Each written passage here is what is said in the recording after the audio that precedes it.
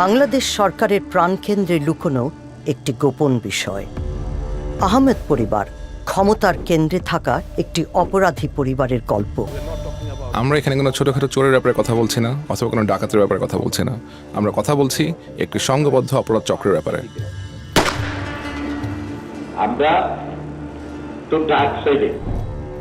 এই পরিবারের 3 ভাই দণ্ডিত খুনি, যারা প্রধানমন্ত্রী শেখ হাসিনাকে সুরক্ষা দিয়ে এসেছেন। উনি তার ব্যক্তিগত দেহরক্ষী ছিলেন। হাসিনার সাথে ওনার সরাসরি যোগাযোগ ছিল। আমাদের অনুসন্ধানে উঠে এসেছে কিভাবে বাংলাদেশ সেনাবাহিনীর প্রধান তার পলাতক ভাইদের নিরাপদে রাখেন, তাদের বিত্তশালী হয়ে উঠতে সাহায্য করেন। ইনি আসলে উনারই ভাই। উনার বড় ভাই দেশ চালাচ্ছে। বাংলাদেশের সেনাবাহিনীর কর্মকর্তা উনারই হাতে। উনার ভাইদের ক্ষমতা উনার হাতে, কারণ উনার ভাইরা গ্যাংস্টার, তারা আসলে মাফিয়া। সেনাপ্রধান দেশের প্রধানমন্ত্রীকে নিরঙ্কুশ ক্ষমতা আয়ত্ত করতে সহায়তা জুগিয়ে যান। শেখ হাসিনা ভীষণ খোলাখুলিভাবেই ওনার বিরোধী দলগুলোকে ধ্বংস করার উদ্দেশ্য প্রকাশ করেছেন। ইসরায়েলকে আনুষ্ঠানিকভাবে স্বীকৃতি দেয়নি বাংলাদেশ, অথচ অত্যন্ত গোপনে ইসরায়েল থেকেই স্পাইওয়্যার কিনছে মুসলিম সংখ্যাগরিষ্ঠ এই দেশটি। আমি কখনোই বলতে পারবো না যে বাংলাদেশের আর্মি আমার খরিদ্দার। আমরা এটা বলতে পারবো না। এই স্পাইওয়্যার ব্যবহার করা হতে পারে রাজনৈতিক প্রতিপক্ষদের উপর নজরদারির কাজে। নির্বিচারে অনাধিকার নজরদারির প্রযুক্তির ব্যবহার করা কখনোই মানবাধিকারের পক্ষে কাজ করে না। ঢাকার এই কুখ্যাত অপরাধী পরিবারটি এখন বলছে বাংলাদেশের রাষ্ট্রযন্ত্রের হত্যাকর্তা তারাই।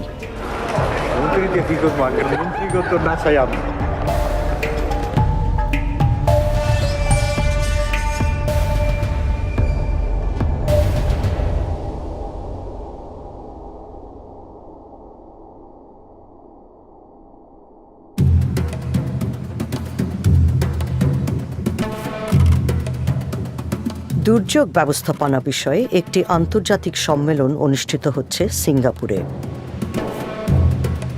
অংশগ্রহণকারীদের মধ্যে আছেন বাংলাদেশ সেনাবাহিনীর প্রধান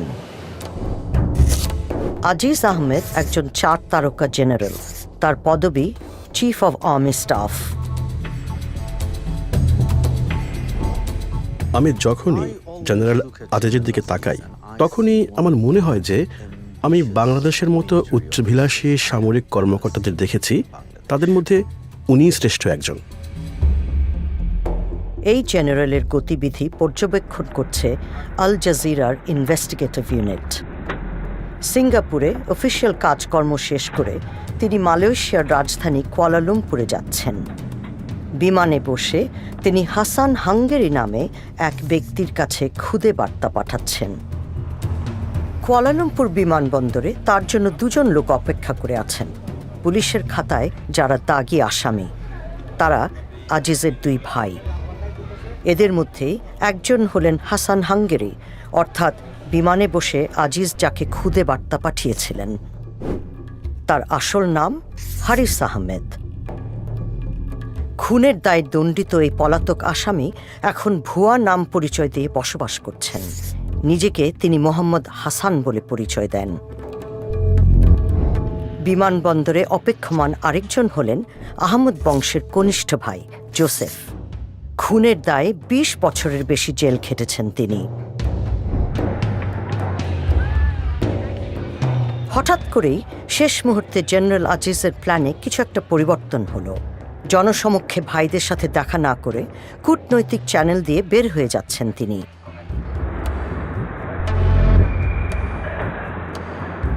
পৃথক গাড়িতে বিমানবন্দর থেকে বের হচ্ছেন তার ভাইয়েরা।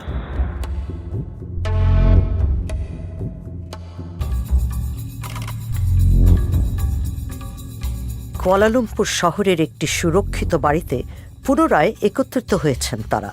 বাড়িটির বাইরে বাংলাদেশ হাইকমিশনের কয়েকটি গাড়ি পার্ক করে রাখা হয়েছে।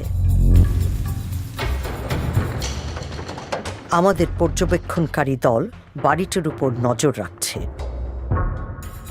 পরের দিন জেনারেল আজিজ ছোট ভাই জোসেফকে সাথে নিয়ে এই বাড়িতে ফিরলেন। তখন গেটের ভেতর থেকে বের হয়ে আসলেন আরেকজন ব্যক্তি। জেনারেল আজিজকে অনুসরণ করতে গিয়ে আমরা আহমেদ পরিবারের জ্যেষ্ঠ সদস্য আনিসের দেখা পেয়ে গেছি। আনিস আহমেদ তার ভাইদের সাথে একই খুনের মামলায় দোষী সাব্যস্ত হয়েছিলেন। তারপর থেকেই তিনি পলাতক। এই দেশে তিনি এক বিত্তশালী জীবন গড়ে তুলেছেন। কুয়ালালামপুরের যে বাড়িতে এই পরিবারের লোকজন অবস্থান করছেন, সেই বাড়ির দলিলপত্র থেকে দেখা যাচ্ছে এর মালিক আনিস আহমেদ ও মোহাম্মদ হাসান। ইনি হারিস, আজিজের ভাই। তারপর এখানে আনিস আহমেদকে দেখা যাচ্ছে। আনিস আহমেদ হলো তাদের আরেকজন ভাই, যিনি এখন পলাতক। অবাক বিষয় যে উনি ওনার নাম পরিবর্তন করেননি। কূটনৈতিক গাড়ির পাহারায় 4 ভাই যাত্রা শুরু করেছেন। এই সন্ধ্যায় তাদের গন্তব্য বাংলাদেশ হাইকমিশন।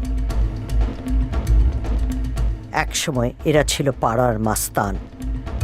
এখন তারা ক্ষমতা বাড়াচ্ছে বাংলাদেশে আর সম্পদ গড়ছে বিদেশে। আজিজ সেনাপ্রধান, আনিস পলাতক আসামি, যাকে আমরা মালয়েশিয়ায় খুঁজে পেয়েছি। জোসেফ 2 দশকের হাজতবাসী, আর হারিস এক পলাতক খুনি।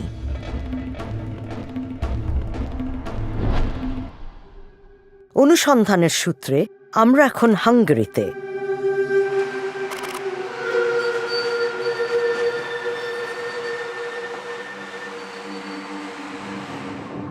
গত 5 বছর ধরে হারিস আহমেদ হাঙ্গেরির রাজধানীতে দ্বৈত জীবনযাপন করছেন।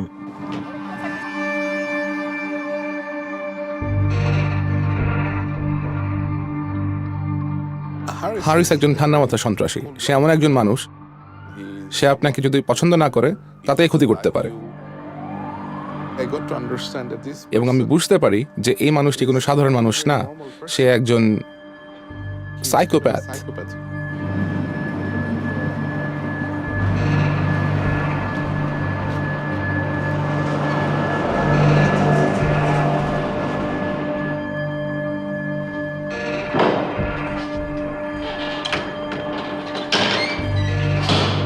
হারিসের সাথে ব্যবসায়িক যোগাযোগ ছিল এমন একজনের সাথে আমাদের কথা হয়। আমরা তার আসল নাম প্রকাশ করব না এই শর্তে। 2014 সালের ডিসেম্বরে এসবের শুরু হয়। আমি আমার একজন পরিচিত মানুষের কাছ থেকে ফোন পাই যে জেনারেল আজিজ হাঙ্গেরি ভ্রমণ করছেন। যেহেতু হাঙ্গেরিতে কোনো বাংলাদেশ দূতাবাস নেই, উনি আমাকে অনুরোধ করেন যে আমি জেনারেল আজিজকে সঙ্গ দিতে পারবো কিনা। সামি তাকে বিভিন্ন জায়গা ঘুরিয়ে দেখাতে নিয়ে যান, আর তখন জেনারেল আজিজ একটি প্রস্তাব রাখেন। উনি আমাকে জিজ্ঞাসা করেন ওনার ভারতে বসবাসরত ভাইকে ব্যবসা প্রতিষ্ঠা করতে আমি কোনো রকম সাহায্য করতে পারি কিনা। আমি ওনাকে বললাম, উনি যদি ব্যবসা প্রতিষ্ঠা করতে চান আমি ওনাকে অবশ্যই সাহায্য করতে পারি। হাঙ্গেরি থেকে যাওয়ার পরে আমি জেনারেল আজিজের কাছ থেকে একটি মেইল রিসিভ করি এবং সেখানে তিনি আমার কাছে জানতে চান ব্যবসা স্থাপন করতে কি কি প্রয়োজন। আমি ওনাকে বিস্তারিত জানালাম ব্যবসা স্থাপনের সমস্ত বিষয় ব্যাপারে। এসব কিছুই আমার কাছে কোনো সন্দেহের উদ্রেক করেনি। আমি তার সব কাগজপত্র দেখেছি এবং আমি দেখলাম যে ওনার নাম মোহাম্মদ হাসান, এবং এখানে কৌতূহলী হওয়ার মতো তেমন বিশেষ কিছুই ছিল না। যেহেতু পুরো ব্যাপারটি জেনারেল আজিজের মতো একজন মানুষের কাছ থেকে এসেছে, এখানে সন্দেহ উদ্রেক হওয়ার বিষয়ই আসে না। আমাদের হাতে পাসপোর্ট সহ এমন কিছু জাল কাগজপত্র এসেছে যেগুলো ব্যবহার করে হারিসের ভুয়া পরিচয় তৈরি করা হয়েছে। এই পাসপোর্টটিতে উম্মে কুলসুম নামে বাংলাদেশের ইমিগ্রেশন ও পাসপোর্ট অধিদপ্তরের একজন কর্মকর্তার স্বাক্ষর রয়েছে। তিনি পাসপোর্ট জালিয়াতির সাথে জড়িত একটি অপরাধী চক্রের সাথে সম্পৃক্ত ছিলেন বলে অভিযুক্ত হয়েছিলেন। একটা জাল পাসপোর্ট জোগাড় করতে হলে প্রথমে একটা জাল এনআই ন্যাশনাল আইডেন্টিটি কার্ড লাগবে, এবং একটা জাল এনআই কার্ড জোগাড় করতে হলে বেশ কয়েকটি দলিলপত্র জাল করার প্রয়োজন আছে, যেমন জন্মসনদ, শিক্ষামূলক সনদপত্র এবং এমনকি বিবাহের সনদপত্রও জাল করতে হবে। এবং বাংলাদেশের এত সব জাল দলিলপত্র জোগাড় করায় উনি দেশের মধ্যেই কয়েকটি বেআইনি বা অপরাধমূলক কাজ করেছেন। তারপরে তো উনি এইসব ব্যবহার করেছেন একটি পাসপোর্ট পাওয়ার জন্য, এবং এই পাসপোর্টটি একটি মিথ্যে নামের জাল পাসপোর্ট, এবং এই পাসপোর্টটি নিয়ে উনি যে সব দেশে ভ্রমণ করেছেন সে সব দেশের আইন ভঙ্গের জন্যও উনি অপরাধী। আমাদের হাতে আসা নথিপত্রগুলো জেনারেল আজিজের অফিস থেকেই পাঠানো হয়েছিল। আজিজ তখন বর্ডার গার্ড বাংলাদেশ বা বিজিবির মহাপরিচালক ছিলেন। এখানে আরেকটি আশ্চর্যজনক ঘটনা দেখতে পাচ্ছি। এই দলিলে সাক্ষী দিয়েছেন মেজর সুজাউল হক এবং ব্রিগেডিয়ার জেনারেল হাসনাত, যারা দুজনই বিজেপিতে আছেন যখন জেনারেল আজিজ বিজেপির প্রধান ছিলেন। তাই সম্ভবত ধরে নেওয়া যায় যে আজিজ এই দুই ব্যক্তিকে জাল দলিলে সই করতে বাধ্য করেছেন। বিজিবির আরেক কর্মকর্তা মেজর সামি রশিদ এই ইমেলটি পাঠিয়েছিলেন, যেটির অনুলিপি গেছে আজিজের কাছেও। ইমেইলে আছে বাংলাদেশের একটি ব্যাংকে মোহাম্মদ হাসান নামক একজন ব্যক্তির অ্যাকাউন্টের প্রত্যয়ন সংক্রান্ত একটি ডকুমেন্ট। এইসব জাল নথিপত্র পাঠানোর ক্ষেত্রে মেজর রশিদের ভূমিকার প্রমাণ হিসেবে একটি ডেলিভারি নোটও আমাদের হাতে এসেছে। এই দলিলপত্র জাল করার জন্য এবং হাঙ্গারিতে পাঠানোর জন্য জেনারেল আজিজ সেনাবাহিনীর বেশ কয়েকজন উচ্চ পদের অফিসারদেরকে সহযোগিতা করতে বাধ্য করেছেন।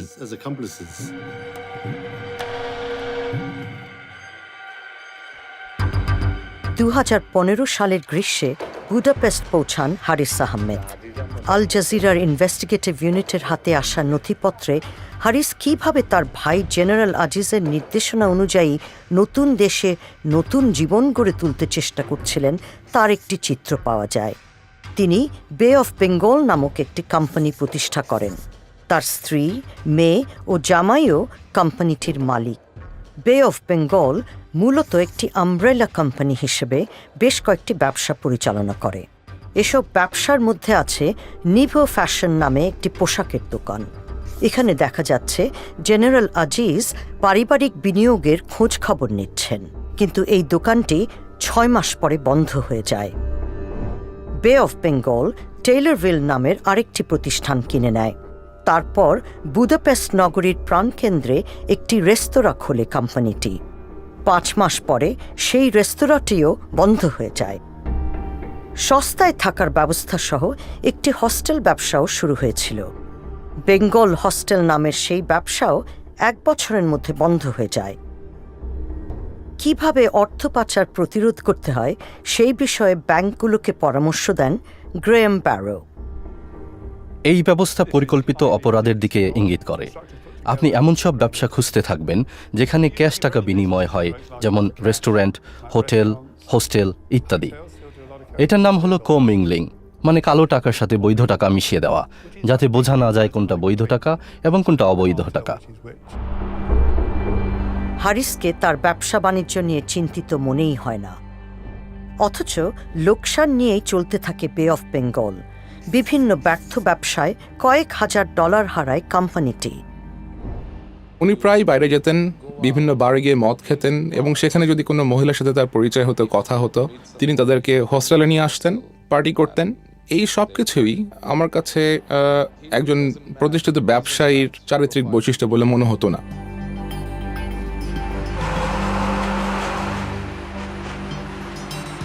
সামি একসময় আবিষ্কার করেন যে হারিসের আর্থিক আগ্রহ মূলত অন্য কোথাও। হারিস মূলত ব্যবসায়িক লেনদেনের ক্ষেত্রে মধ্যস্থতাকারী হিসেবে কাজ করেন। নিজের প্রভাব ও যোগাযোগ ব্যবহার করে বিভিন্ন কাজ বাগিয়ে নেন, বিশেষ করে সরকারি কাজ, বাংলাদেশ সরকারের বিভিন্ন কন্ট্রাক্ট। এখন এই একটা কইলাম আপনার সিক্রেট, এইটা দিয়ে পয়সা কামায়া লাগাইতার। বাংলাদেশ সেনাবাহিনীর কাছে হাঙ্গেরিতে তৈরি বুলেট সরবরাহের একটি কন্ট্রাক্ট বাগাতে হারিস সামির সাহায্য চান। এটা আপনি আর আমি পারবো, একটু আপনার আমি ইনশাল্লাহ চ্যালেঞ্জ করে বিতারি, কিন্তু আমি তো প্রপার হয়ে যেতে পারি না। আমি তো ভাই বুলেট হলে 1 নম্বর পৃথিবীর সেরা বুলেট, আর আর্মি এটা বাংলাদেশে একমাত্র নাই। হারিস নিজে পেছনে থেকে সামিকে সামনে রেখে কাজটি করতে চান। আমি যেহেতু ওনার ভাই, এই হিসাবে আমি আর্মিতে কোনো জায়গায় আমি শোবো না, আপনি শোইবেন। কাজের অগত কাজের দরকার, আমাকে পয়সার দরকার। আমার শো দরকার কি? আমি ওইখানে আপনার লগে যে বইয়া থাকবো, আমি কে পরিচয় দিবেন না না দেখেন নাকি আমি পয়সা দিই আপনারা, আমরা খাইবেন আমি খাবো, এটা তো আর অটোমেটিক, এখানে তো আর অন্য কিছু না, এখানে ডাইরেক্ট চলে যাবো পয়সা। হারিস জানতে পারেন যে তার অজান্তেই বাংলাদেশে সামরিক পণ্য সরবরাহের একটি চুক্তি হয়ে যাচ্ছে। তিনি চুক্তিটি ভেস্তে দেওয়ার পরিকল্পনা করেন। যে এরকম আমি যদি আটকায় না দিতে পারছি, আটকায় আপনার কাছে যদি না এসে দৌড়েয়া, ওকে, তাহলে আমার নাম হারিস না। ওকে, আর্মিতে কথা বলতে না। কটা বাজে বাংলাদেশে? বাংলাদেশে এখন বাজে 7টা-8টা মতো বাজে। তিনি প্রায় বাংলাদেশের বিভিন্ন মানুষজনকে ফোন করতেন এবং খুব জঘন্যভাবে তাদেরকে গালিগালাজ করতেন, এবং ফোনের মধ্যেই তিনি তাদেরকে খুব বাজেভাবে তিরস্কার করতেন। হারিস বাংলাদেশের সামরিক গোয়েন্দা সংস্থা ডিজিএফআই এর একজন কর্মকর্তাকে ফোন করছেন।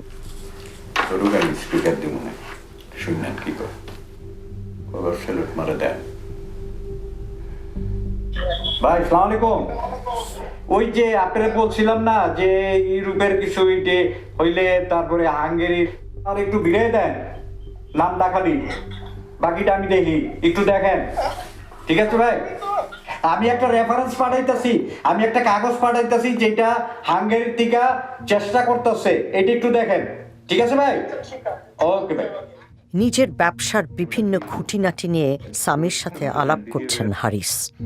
তারপর আমি তো জানি হাঙ্গেরি কিছু হইলে যদি আমার কাছে না আসে, ওই বেটা কোনো কিছু নিতে পারবো না, এই পর্যন্ত নেই নেই। আমি খালি কেটালাম যদি এক বেটা নিয়ে থাকে, আমার একটা প্রমাণ দেয় তারা কানটা কাইটা কুত্তার গলায় তুমি একেবারে, এখানে কুত্তা আছে না, দরকার পয়সাটা কিনেই না কুত্তার গলায় দিয়ে দেবো।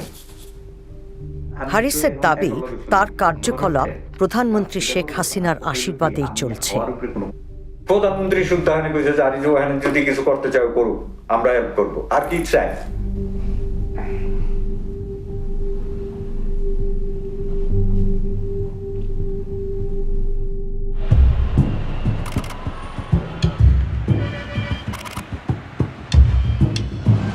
দীর্ঘকাল ধরে প্রধানমন্ত্রী শেখ হাসিনার জীবনের গল্পের সাথে ওতপ্রোতভাবে জড়িয়ে আছে আহমেদ পরিবারের নিয়তি। 1971 সালে বাংলাদেশকে একটি স্বাধীন রাষ্ট্র হিসেবে প্রতিষ্ঠার সংগ্রামে নেতৃত্ব দিয়েছিলেন শেখ মুজিবুর রহমান। হাসিনা তারই বড় মেয়ে। যুদ্ধ পরবর্তী সময়ে কঠিন অবস্থায় পড়ে দেশটি। দারিদ্র্য ও অনাহার জেঁকে বসে। আইন শৃঙ্খলা পরিস্থিতি সম্পূর্ণরূপেই ভেঙে পড়ে। ব্যাপক সংকটের মুখে শেখ মুজিব বিরোধী দলগুলো বিলুপ্ত করে দেন। অভ্যুত্থান ঘটায় সেনাবাহিনী।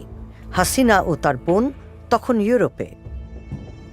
জার্মানির অ্যাম্বাসেডর ফোন করলেন, তো উনি আমাকে বললেন যে বাংলাদেশে সামরিক অভ্যুত্থান হয়েছে।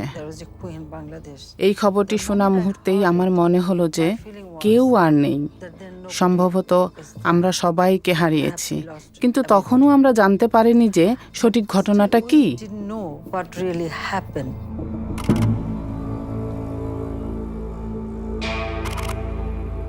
সেনাবাহিনীর কর্মকর্তারা শেখ মুজিবের বাড়িতে প্রবেশ করেন। মুজিবকে হত্যা করা হয়। তার সাথে হত্যা করা হয় তার 10 বছরের ছেলেসহ পরিবারের 13 জন সদস্যকে। শেখ মুজিব এবং তার পরিবার হত্যা বাংলাদেশের ইতিহাসে একটি ভীষণ পাশবিক পর্ব। খুনিরা তার ছোট্ট ছেলেটিকে রেহাই করেনি।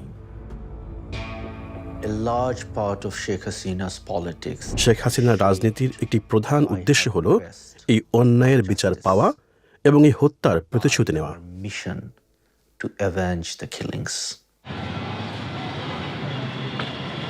শেখ মুজিবকে যেখানে হত্যা করা হয়েছিল তার 2 কিলোমিটারেরও কম দূরত্বে মোহাম্মদপুর নামক একটি এলাকায় আহমদ পরিবারের বসবাস। 5 সন্তানের মধ্যে দ্বিতীয় হলেন আজিজ। তিনি তখন বয়সে কিশোর। উনারা ভীষণ দরিদ্রের মধ্যে মানুষ হয়েছিলেন। ইকবাল পরিবারটিকে জানতেন। তিনি আমাদের তার পরিচয় গোপন রাখতে বলেছেন। উনার বাবা একটি সামান্য চাকরি করতেন, আর উনি যা রোজগার করতেন তাতে উনাদের সংসার চলত না। দারিদ্র্য ও রাজনৈতিক হানাহানির মধ্যে বেড়ে ওঠা 5 আহমেদ ভাইয়ের মধ্যে যুবা বয়সেই ঘনিষ্ঠ বন্ধন গড়ে ওঠে। কিন্তু এদের মধ্যে আজিজ গড়ে তোলেন স্বতন্ত্র পরিচয়। 1981 সালে তিনি বাংলাদেশ সেনাবাহিনীতে যোগদান করেন। অন্য 4 জন, আনিস, হারিস, জোসেফ ও আরেক ভাই টিপু, তারা অপরাধের পথ বেছে নেন।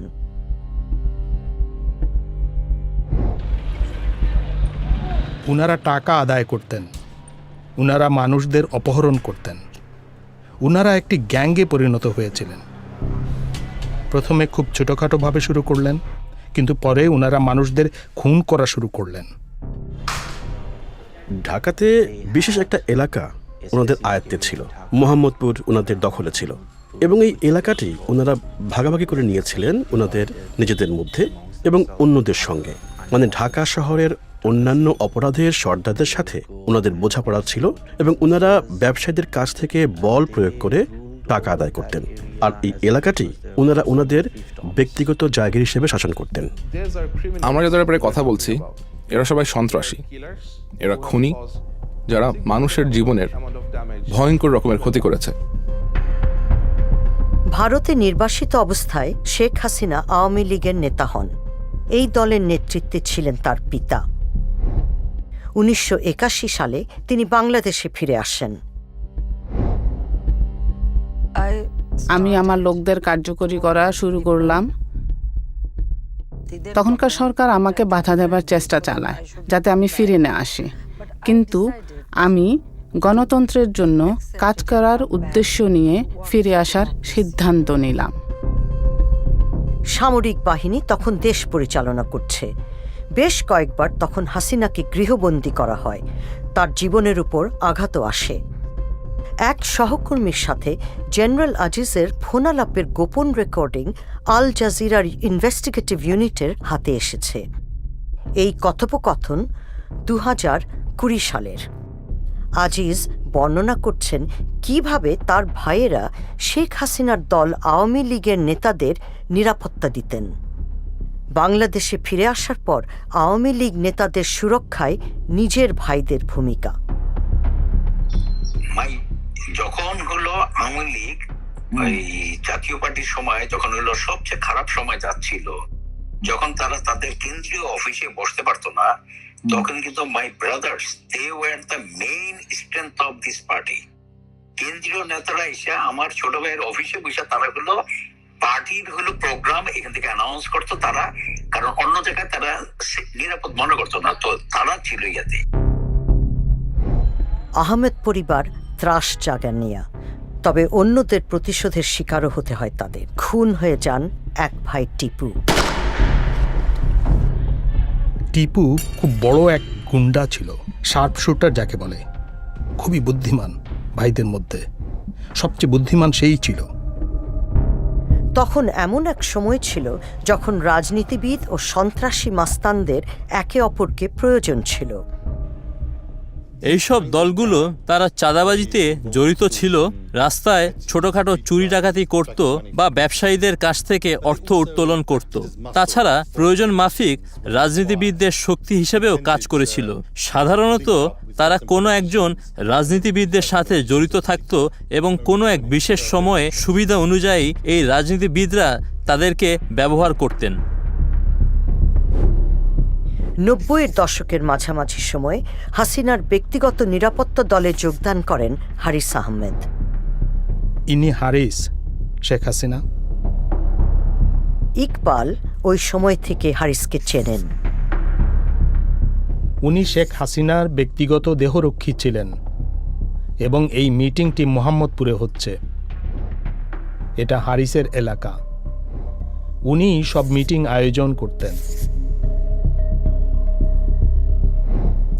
এদিকে এই ফোনালাপে জেনারেল আজিজ বলছেন আওয়ামী লীগের নেতাদের প্রতি শেখ হাসিনার সাম্প্রতিক একটি বক্তব্যের কথা।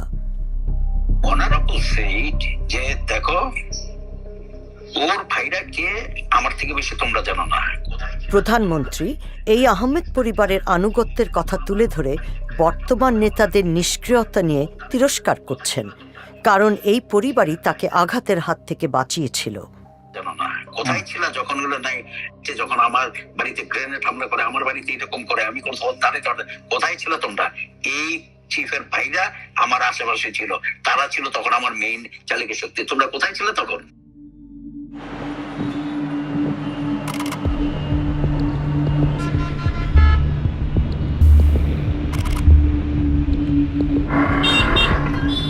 মোহাম্মদপুরের একটি ব্যস্ত রাস্তায় একটি হত্যাকাণ্ড আহমেদ পরিবারের ভবিষ্যৎ নির্ধারণ করে দেবে। মোস্তফা রহমান ছিলেন প্রতিদ্বন্দ্বী এক রাজনৈতিক দলের সদস্য। এই দলটি শেখ হাসিনার পরিবারকে হত্যার সাথে জড়িত। মোস্তফা ও তার 2 সহকর্মীকে ঘিরে ফেলা হলো।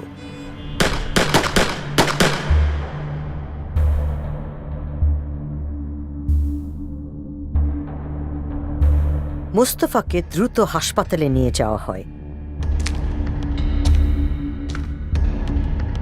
তিনি একজন ম্যাজিস্ট্রেটের কাছে সাক্ষ্য দেন।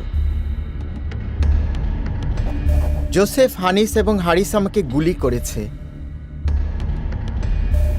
হারিস বন্দুক দিয়ে আমাকে গুলি করেছে। জোসেফ আমার কোমর থেকে বন্দুক নিয়ে আমার পেটে গুলি করে। অন্যদের হাতেও বন্দুক ছিল এবং তারা এলোমেলো গুলি করে।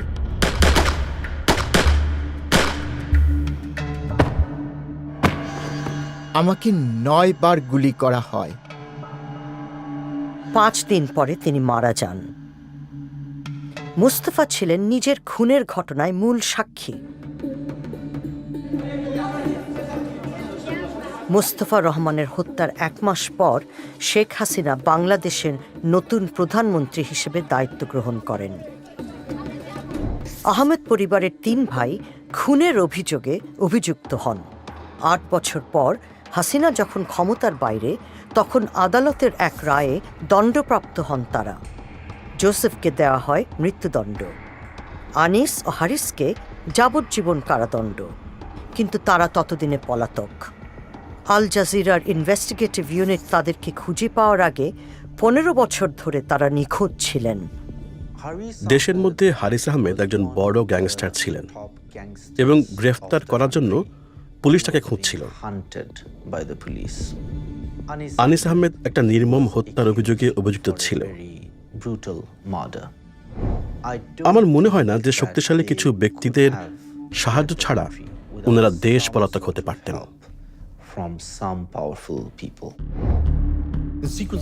ঘটনাক্রমটি আসলে একটি উল্লেখযোগ্য বিষয়।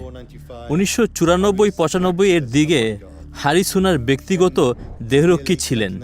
ঠিক তার 1 বছর পরে 1996-এ এক ব্যক্তি হত্যা হন, যিনি সম্ভবত শেখ হাসিনার রাজনৈতিক প্রতিদ্বন্দ্বী ছিলেন, এবং হারিস সহ তার 3 ভাই এই হত্যার অভিযোগে অপরাধী হন। হয়তো তিনি মনে করেন তিনি এই সব বিষয়ে যত কম জানবেন ততই ভালো।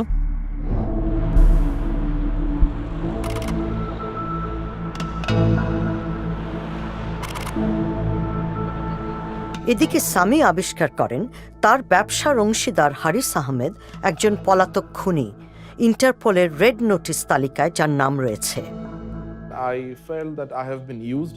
আমি একটা সময় বুঝতে পারি যে এই লোকটিকে একটা নিরাপদ দেশে পৌঁছানোর জন্য আমাকে ব্যবহার করা হয়েছে, এবং আমি অনুভব করি যে হারিস এবং জেনারেল আজিজ আমাকে ব্যবহার করেছে।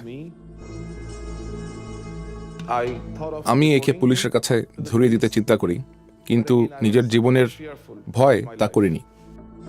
আহমেদ পরিবারের সাথে সম্পর্ক ছিন্ন করার চেষ্টা করেন সামি, কিন্তু তখনই সামিকে হুমকি দিয়ে ইমেল পাঠান জেনারেল আজিজ। আপনি হাসানের সব সমস্যা সমাধান করার দায়িত্ব নিয়েছিলেন। আপনার নীরবতাতে আমি অন্য গন্ধ পাচ্ছি। জেনারেল আজিজ তার কথায় প্রচণ্ড রকম ক্ষোভ প্রকাশ করেন। তিনি আমার উপর প্রচণ্ড রকম ক্ষিপ্ত হন এবং তিনি আমাকে চরম ভয় দেখিয়ে ইমেল পাঠান। আমার ভাইকে যদি ফিরে আসতে হয় তাহলে যারা দায়ী তাদের জীবনে অনেক আফসোসের কারণ থাকবে। আমি এই প্রতিশ্রুতি দিচ্ছি যে তারা প্রাণের ভয়ে থাকবে। এবং তিনি বলেন যে তার ভাইকে যদি বাংলাদেশে ফেরত যেতে হয় তাহলে তার জন্য যারা দায়ী হবে সে সমস্ত মানুষকে তাদের জীবনে পস্তাতে হবে। জেনারেল আজিজ সামিকে নিজের জালে আটকানোর চেষ্টা চালাতে থাকেন। সামরিক বাহিনী থেকে অবসরোত্তর জীবনের জন্য বাংলাদেশ থেকে অর্থ বের করে আনছেন তিনি, আর বিনিয়োগের জন্য নেমেছেন ব্যবসার সন্ধানে। আপনি বললে আমি প্রয়োজনীয় পদক্ষেপ নিব। আপনি আমাকে একটা ছোট ইনভেস্টমেন্টের প্রস্তাব পাঠান, আমি সেটা ভেবে দেখব। চাকরি থেকে অবসর নেয়ার আগ পর্যন্ত আমি বে অফ বেঙ্গলের মাধ্যমে কাজ করতে পারি। আমি বে অফ বেঙ্গলের পরিচালক হব বলে চিন্তা করছি। আসলে আমার হিসাবের মধ্যে আছে যে রিটায়ারমেন্টের পরে আমি পৃথিবীর যেখানে ইচ্ছা সেখানে ঘুরে বেড়াবো, বিশেষ করে ইউরোপ। 2019 সাল নাগাদ সামি অতিষ্ঠ হয়ে ওঠেন, কিন্তু তিনি তারপরও তাদের পরিকল্পনায় সায় দিয়ে এগিয়ে যেতে থাকেন। তবে এখন তিনি আল জাজিরার ইনভেস্টিগেটিভ ইউনিটের সাথে কাজ করছেন।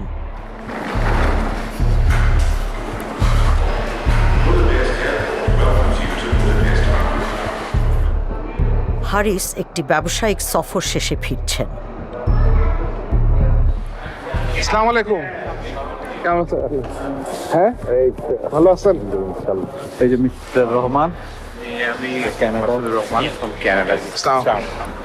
হারিস এসে পৌঁছেছেন, আর তার সাথে কানাডা ভিত্তিক আর্থিক পরামর্শদাতা মোহাম্মদ রহমান। তার ওয়েবসাইট অনুসারে মোহাম্মদ রহমান একটি ইমিগ্রেশন পরিষেবা প্রতিষ্ঠান পরিচালনা করেন, যা বিত্তশালী বাংলাদেশিদের বিদেশে আবাস অর্জনে সহায়তা করে। দলের সাথে রয়েছেন হারিসের সহকারীও।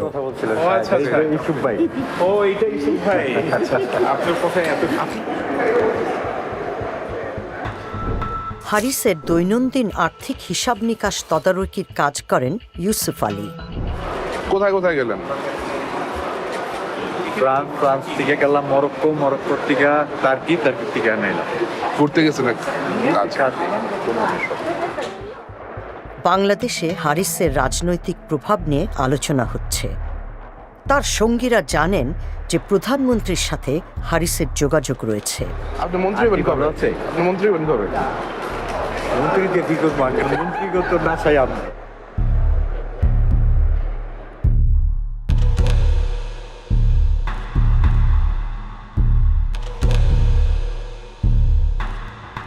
আপাত দৃষ্টিতে ব্যবসায় সাফল্য না পেলেও নতুন বিনিয়োগের জন্য হারিসের কাছে প্রচুর অর্থ রয়েছে।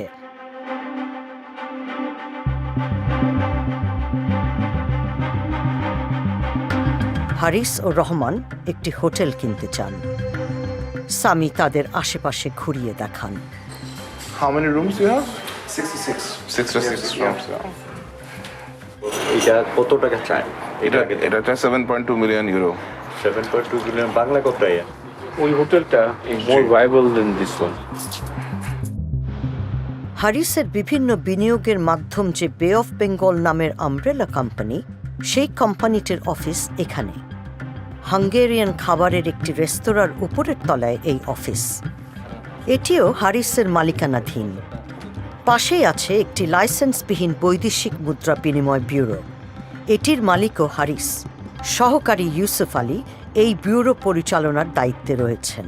ইউসুফ সামিকে নিশ্চিত করেছেন যে হারিসের অর্থের মূল উৎস হল বাংলাদেশের বিভিন্ন সরকারি কন্ট্রাক্ট। কোন ধরনের ব্যবসা উনি ইনভলভ? কোন ধরনের কাজ উনি আসলে ওই যে মিনিস্ট্রি বা এই সমস্ত বা আরো সরকারি লেভেলের কোন দান্দা করছে, এগুলো আমার ধারণা। আচ্ছা আচ্ছা, হয়তো মামু লাগবে, না হয় মামুর জোর লাগবে। বে অফ বেঙ্গল কোম্পানির একটি চিঠিতে সামরিক বাহিনীর জন্য বাঙ্ক বেড বা দ্বিতল খাট সরবরাহ করার প্রস্তাব দেওয়া হয়। এই চিঠির প্রাপক বর্ডার গার্ডস বাংলাদেশ, বিজিবির মহাপরিচালক। চিঠির তারিখ নভেম্বর 2015। বিজিবির মহাপরিচালক তখন হারিসেরই ভাই আজিজ। এই ধরনের পৃষ্ঠপোষকতা হারিসকে প্রচুর অর্থ উপার্জনের সুযোগ করে দিয়েছিল। ইলেকশনে তো আমার সামনে দেখছি কতজনে দান দেখো ওনারে যে বলছে ভাই আমার একটা নমিনেশন দিয়ে দেন, আমি 5 কোটি টাকা দেবো। ইউসুফ বলছেন হারিস মধ্যস্থতাকারী হিসেবে মোটা অঙ্কের অর্থের বিনিময়ে সেনাবাহিনীর বিভিন্ন কন্ট্রাক্ট ঠিকঠাক করে দেন। তো হাসান মিয়া এগুলো ইচ্ছা করলে মানে ব্যক্তিগতভাবে কিছুটা আমি ক্লিয়ারলি বলতে পারবো না কি, তবে 2-4 কোটি টাকা, এই 2-4 কোটি না, 30-40 কোটি টাকা মিনিমাম কামাই নিছে কিছু কয়েকদিনে। 30-40 কোটি টাকা?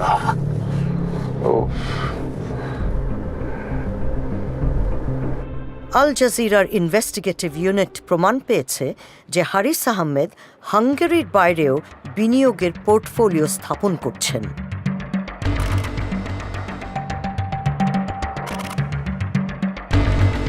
সেই একই মিথ্যা পরিচয় ব্যবহার করে তিনি ফ্রান্সে গড়ে তুলছেন এক ব্যবসায়িক সাম্রাজ্য। 2018 সালের নভেম্বরে তিনি একটি কোম্পানির আংশিক মালিকানা কিনেন। এই কোম্পানি কম্পিউটার ও আইটি নিয়ে কাজ করে। কোম্পানিটির 2টি নিবন্ধিত অফিস রয়েছে, একটি অবস্থিত প্যারিসের উপকণ্ঠে। সেখানে মোবাইল ফোন বিক্রি করা হয়, পাশাপাশি রয়েছে ইন্টারন্যাশনাল মানি ট্রান্সফারের ব্যবস্থা। 2019 সালে হারিসের উদ্যোগে গতি পায়। মাত্র 7 মাসের ব্যবধানে হারিস আরও 4টি কোম্পানির আংশিক মালিকানা ক্রয় করেন। এপ্রিল মাসে তিনি স্নিগ্ধা নামক একটি ফাস্ট ফুডের ব্যবসা শুরু করেন।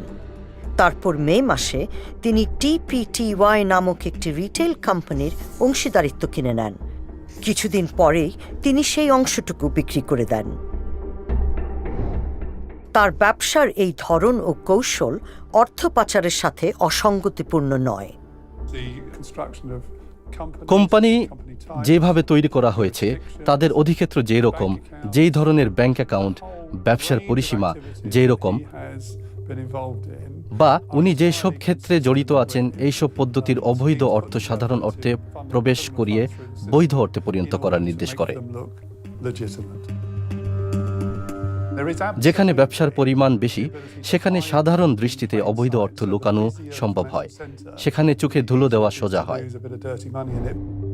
2019 সালের জুনে ফ্রান্সে তিনি বে অফ বেঙ্গল কোম্পানির নিবন্ধন সম্পন্ন করেন।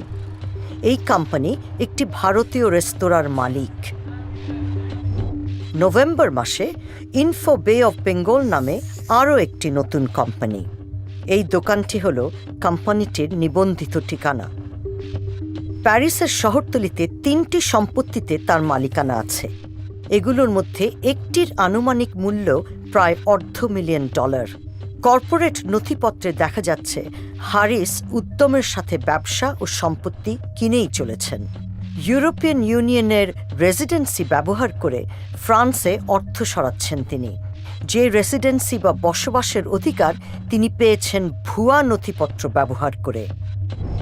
অবৈধ অর্থ প্রথমে সাধারণ অর্থে প্রবেশ করা হয়, তারপর লেয়ারিং করে বিভিন্ন কোম্পানি এবং বিভিন্ন দেশের মধ্য দিয়ে এই টাকা পাচার হয়। তারপরে এই টাকা প্রচলিত অর্থনীতিতে পুনর্বহাল করা হয়। অবৈধ অর্থ বৈধ করার জন্য ঘর বাড়ি কেনার চেয়ে আর কি ভালো উপায় থাকতে পারে? এটাই সবচেয়ে সহজ উপায়।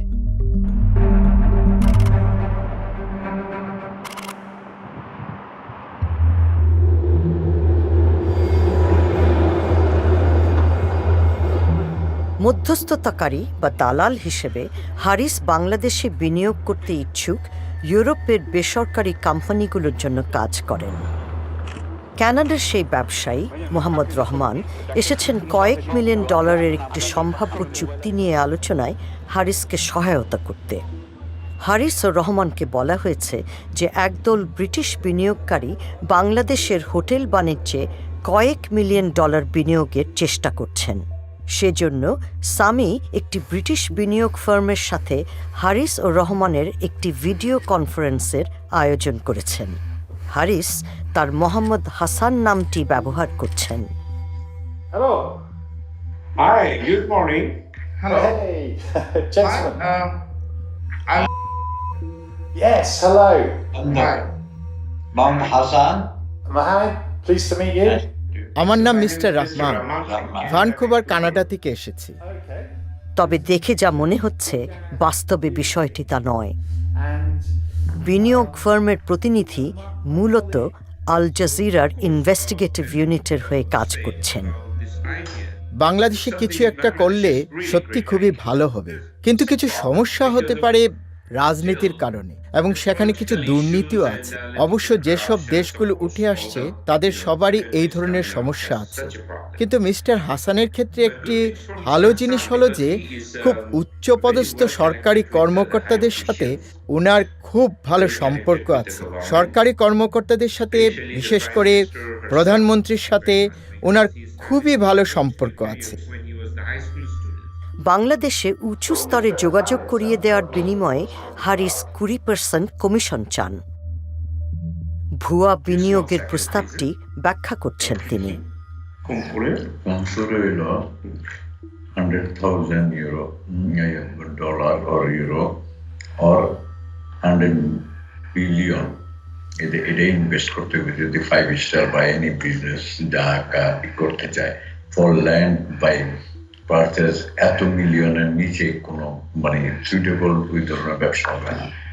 আমাদের যেটা ওইটা 20% ফর অল লিকুইডেশন। এরপর রহমান বিশদভাবে ব্যাখ্যা করছেন কিভাবে তারা কাজ করেন। উনি এই চিঠিটা ওনার বড় ভাইকে দেবেন এবং আমরা আনুষ্ঠানিকভাবে আপনাদের অফিসে আসব আরও একটু আলাপ আলোচনা করার জন্য।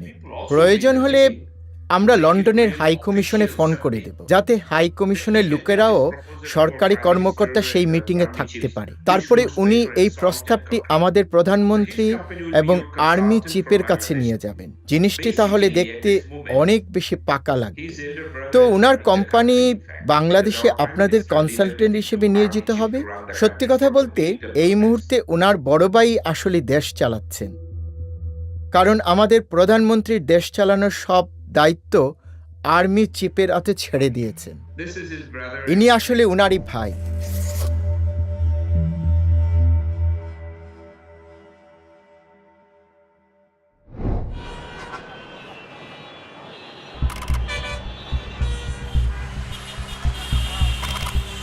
একটি নির্বাচনের আয়োজন করতে হবে শেখ হাসিনার। 1 বছর আগে তিনি আজিজকে বিজিবির প্রধান হিসেবে নিয়োগ দিয়েছেন। তার ক্ষমতাসীন দল আওয়ামী লীগ যখন নির্বাচনে পরাজয়ের ঝুঁকিতে, তখনই বিজিবিকে ভোট তদারকিতে নিয়োজিত করা হয়। আজিজ বিজেপির প্রধান ছিলেন এবং এই ভূমিকায় উনার দায়িত্ব ছিল বিরোধী দলগুলোর শক্তি দমন করা, তাদের প্রভাব বিস্তার নিয়ন্ত্রণ করা এবং নজর রাখা যাতে তাদের রাজনৈতিক কর্মকাণ্ড সরকারের সমালোচনা না হয়। উনি খুব গর্বিত ছিলেন এবং বলেছেন যে নির্বাচনের বিজয়ী ফলাফল উনি শেখ হাসিনাকে হাতে তুলে দিয়েছেন। এইটি একটি অত্যন্ত গুরুত্বপূর্ণ মুহূর্ত ছিল, কারণ তখন আওয়ামী লীগ সরকারের পতন হওয়ার সত্যিকারের একটি সম্ভাবনা ছিল। কয়েক বছর পরে আজিজের ভবিষ্যৎ নিয়ে আলাপ করার জন্য শেখ হাসিনা তার সাথে দেখা করেন। জেনারেল আজিজের মনে হয় তিনি তার আনুগত্যের পুরস্কার পেতে যাচ্ছেন। আমাকে মহামান্য বলেছে, মহামান্য নিজে বলেছে আমাকে, বলে যে আজিজ সাহেব আপনারটা কি মাননীয় প্রধানমন্ত্রী এসে আমার সাথে তখন যখন কথা বলছে বলেছে না আমি চিন্তা করছি that is no other alternative but ইয়াতে এটা। কিন্তু জেনারেলের ক্যারিয়ার এগিয়ে নিতে হলে তার ভাইদের বিরুদ্ধে হত্যার দণ্ড থাকার বিষয়টি সুরাহা করতে হবে। এবং এই যে আপনার ভাইদের অন্যান্যদেরকে জিনিস করছে এটা কিন্তু ওনার পরিকল্পনা অনুযায়ী এই ধরনের যে তার এটা হওয়ার আগে তাদের এগুলো সব ক্লিয়ার করতে হবে।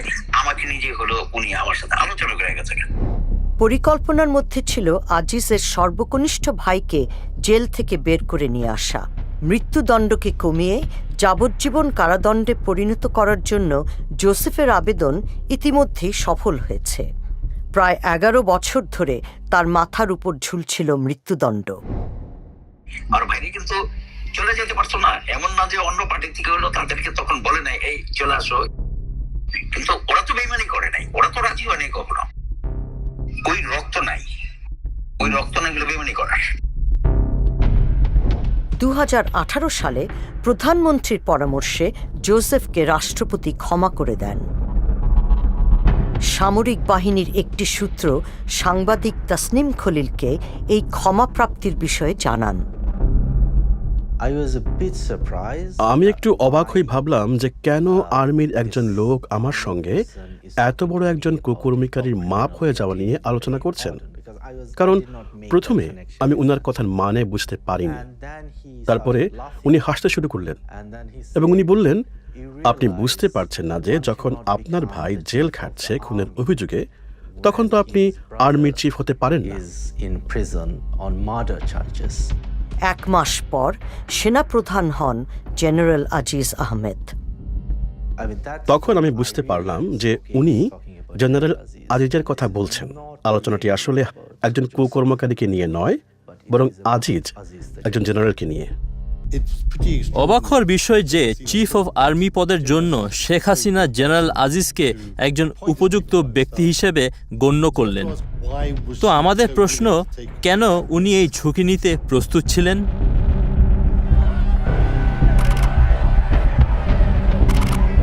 ডিসেম্বরে শেখ হাসিনা আরও একটি নির্বাচন করেন।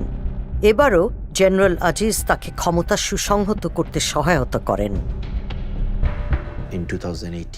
2018-তে বাংলাদেশের প্রতিটি নির্বাচন কেন্দ্রে অথবা প্রায় প্রতিটি কেন্দ্রেই ব্যাপক ভোট চুরির কাজে আর্মি অত্যন্ত গুরুত্বপূর্ণ ভূমিকা পালন করেছিল। বিরোধী দলীয় নেতা কারাগারে, অন্যরা আটক, কারো কারো আর কখনো দেখা মেলেনি।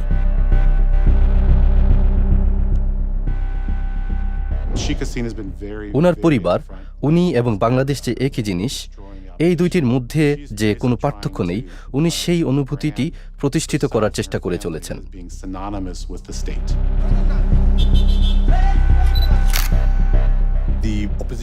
বাংলাদেশে বিরোধী পার্টিদের এত পরিমাণে দমন করা হয়েছে যে তারা বিরোধী দল হিসেবে প্রায় অক্ষম।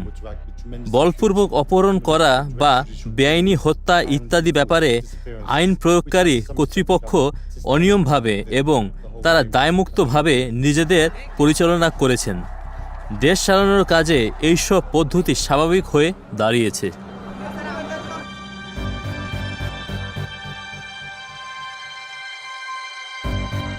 আল জাজিরার ইনভেস্টিগেটিভ ইউনিটের হাতে এমন কিছু নথিপত্র এসেছে যেখানে দেখা যায় কিভাবে বাংলাদেশের নিরাপত্তা বাহিনীগুলো শেখ হাসিনার রাজনৈতিক প্রতিপক্ষদের বিষয়ে তথ্য সংগ্রহ করে। এর মধ্যে রয়েছে একটি স্পাইওয়্যার কেনার চুক্তিপত্র। চুক্তিপত্রের তারিখ 2018 সালের 26 জুন, অর্থাৎ জেনারেল আজিজ সেনাবাহিনীর নিয়ন্ত্রণ গ্রহণের ঠিক পরের দিন। এই চুক্তিপত্রে স্ট্যাম্প ও স্বাক্ষর রয়েছে বাংলাদেশের সামরিক পণ্য ক্রয়ের দায়িত্বপ্রাপ্ত সংস্থা প্রতিরক্ষা ক্রয় মহাপরিদপ্তরের।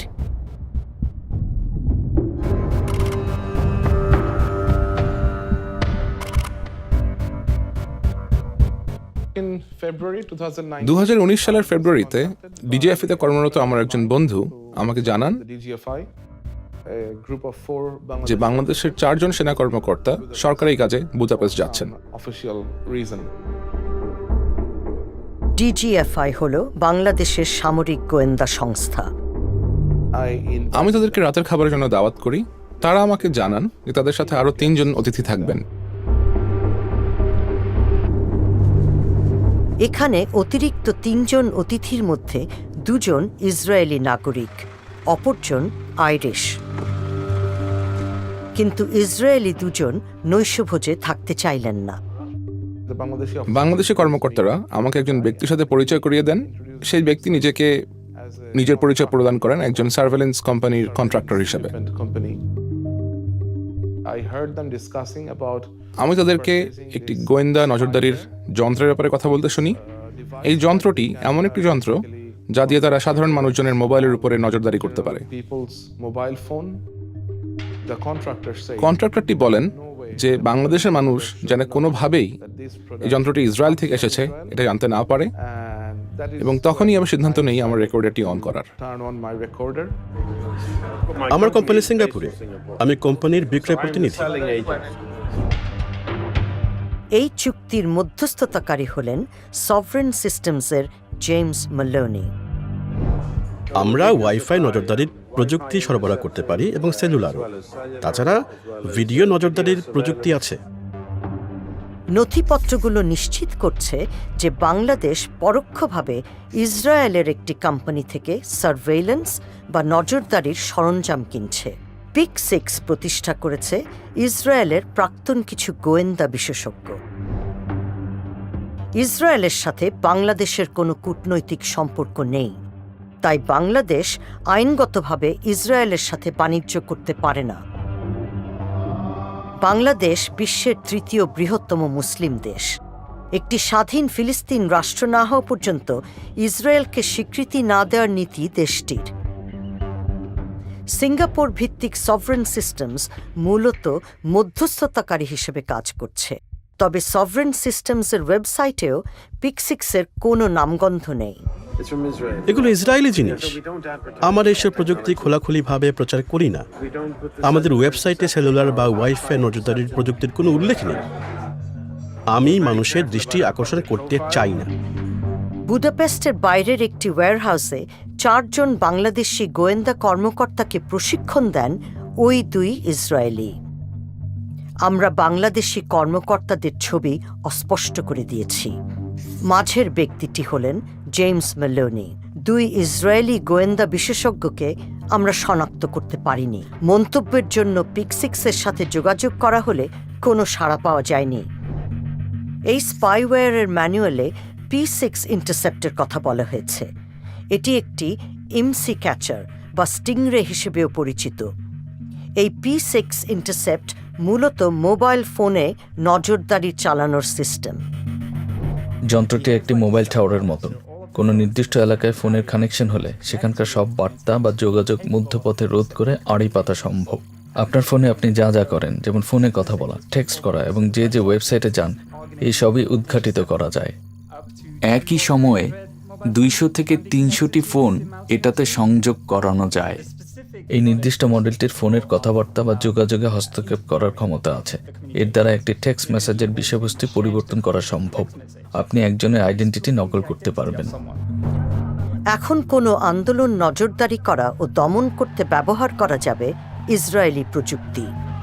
এই প্রযুক্তি সাধারণ নাগরিকদের উপর নজর রাখার জন্য ব্যবহার করা হয়। আমরা দেখি যে এর মাধ্যমে বিভিন্ন মতের মানুষদের পরিচয় জানা যায় এবং তাদের কি নেটওয়ার্ক আছে সে সম্বন্ধে অনেক কিছুই বোঝা যায়। আপনি যদি জানেন যে একজন মানুষ কোথায় যাচ্ছে, আপনি তখন সেখানে যেতে পারেন। সেখানে কোনো রকম প্রতিবাদ করা হোক বা এমনি অন্য কারণে জনসমাবেশ হোক, আপনি দেখতে পারবেন যে সেখানে কে কে আছে এবং তদন্ত করার জন্য সকলের উপর একই সঙ্গে নজর রাখতে পারবেন।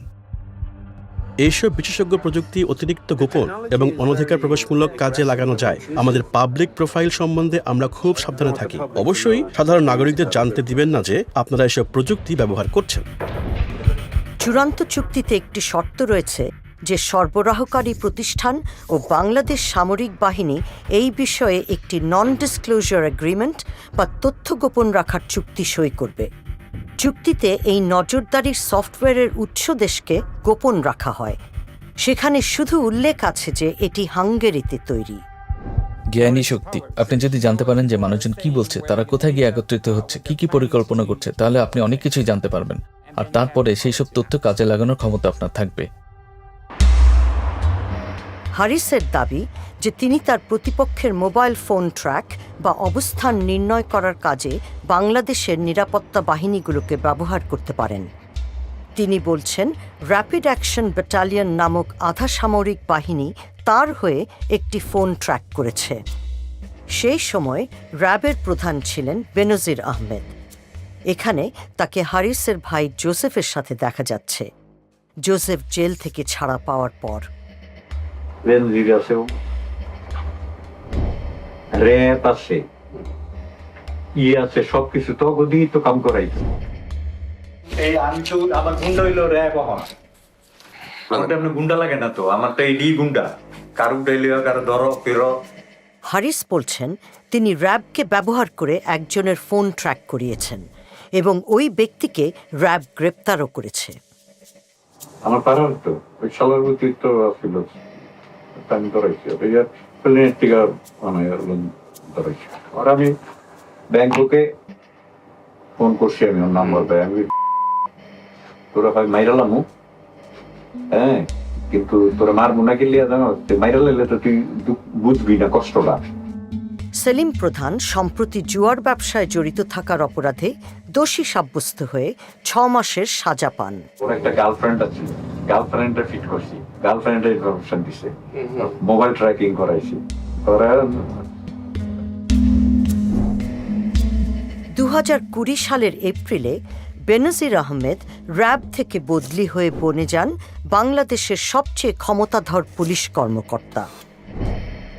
ওরা কাজ করে, আমরা গুন্ডা আছে, পুলিশ আছে, পুলিশের তো বড় গুন্ডা, গুন্ডার লাগে না তো। গুন্ডা হন পুলিশ, যার পুলিশ লাইন আছে, যার প্রশাসন আছে, হ্যাঁ হন গুন্ডা। হারিস তার জেনারেল ভাইকে এখানে জড়িয়ে মানুষের দৃষ্টি কাটতে চান না। আমি কি করতে আর খামাচ্ছা খাকি পোশাকের মধ্যে ঢুকে বয়ে থাকবো, হিসাবটা বুঝছে? সে অমুক আছে, তমুক আছে, আইজি আছে, এবং তা আমাকে তো দরকার হয় না। ওরাও খায়, আমিও খাই, ডাইরেক্ট কথা।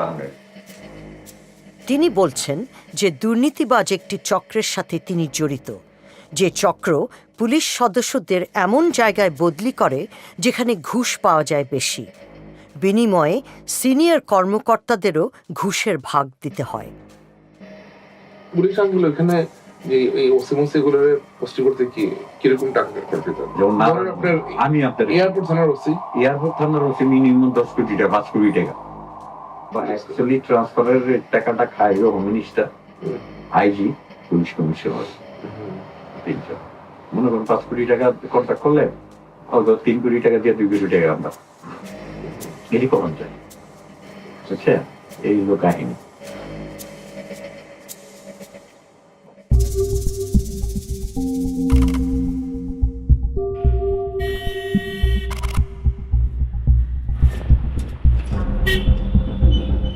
মোহাম্মদপুরে, যেখানে আহমদ ভাইরা শৈশব কাটিয়েছিলেন, সেখানে নিজেদের স্বার্থ হাসিলে র্যাবকে ব্যবহার করছেন তারা।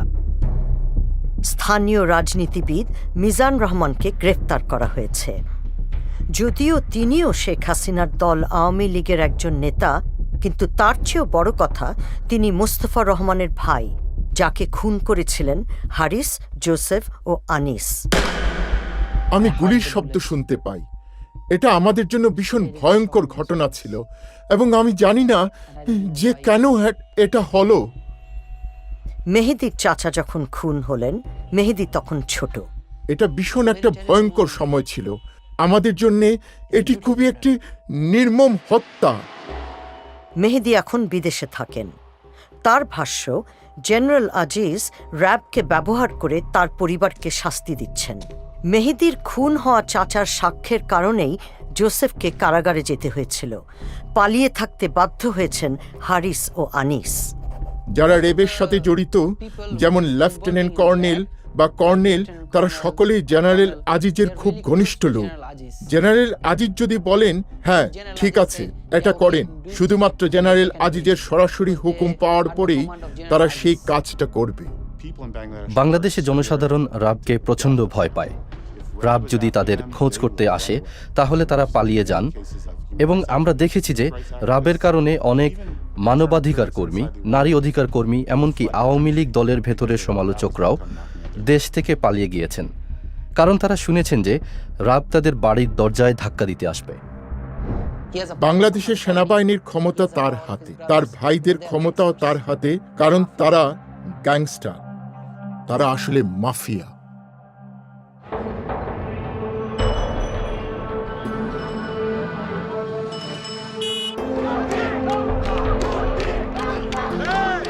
মোহাম্মদপুরে আহমদ পরিবারের ভাইয়েরা যে এলাকায় বড় হয়েছিলেন, এক তরুণ সদস্য নির্বাচনে লড়ছেন।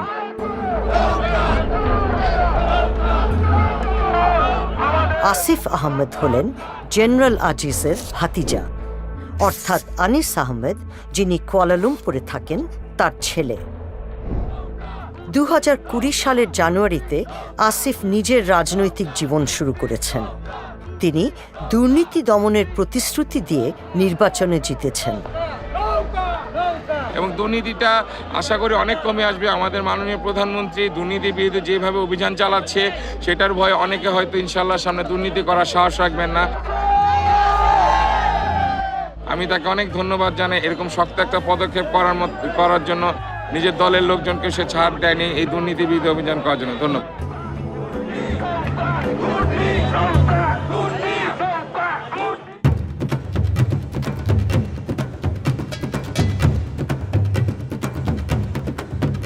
ঢাকায় সেনাবাহিনীর সদর দপ্তরের একটি মাঠে একটি বিয়ের অনুষ্ঠান। স্বর্ণসজ্জিত বর জেনারেল আজিজ আহমেদের বড় ছেলে। আমি তো কখনোই কল্পনা করতে পারিনি যে উনি ঠিক এভাবে নাচতে পারেন। আচ্ছা, ইনি হলেন আজিজ আর এইজন হারিস। হারিস খুনের অভিযোগে পলাতক, অথচ সে এই বড় জাঁকজমক একটি বিয়ের অনুষ্ঠানে এসেছেন। সেখানে চিফ অফ আর্মি স্টাফ উপস্থিত আছেন। হারিসের মতো আনিসও মালয়েশিয়া থেকে ঢাকায় ছুটে এসেছেন।